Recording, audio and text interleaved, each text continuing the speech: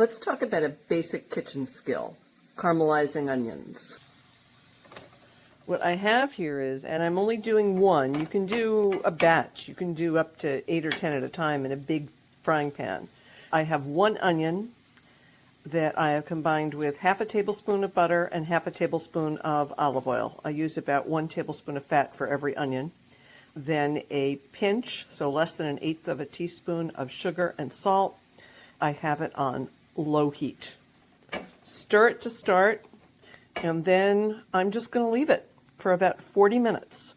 And when I come back, I will have beautiful, sweet, caramelized onions. As I said before, I'm only doing one. If I knew that I was going to be making French onion soup or other recipes during the week, I could do a whole big batch.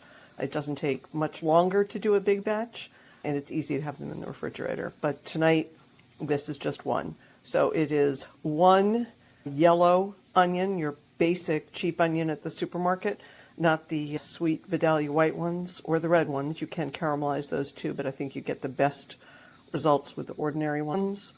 A tablespoon of fat, which in this case is half a tablespoon of olive oil and half a tablespoon of butter, and then just a pinch of sugar and salt. And we will come back in about 40 minutes and see what they look like.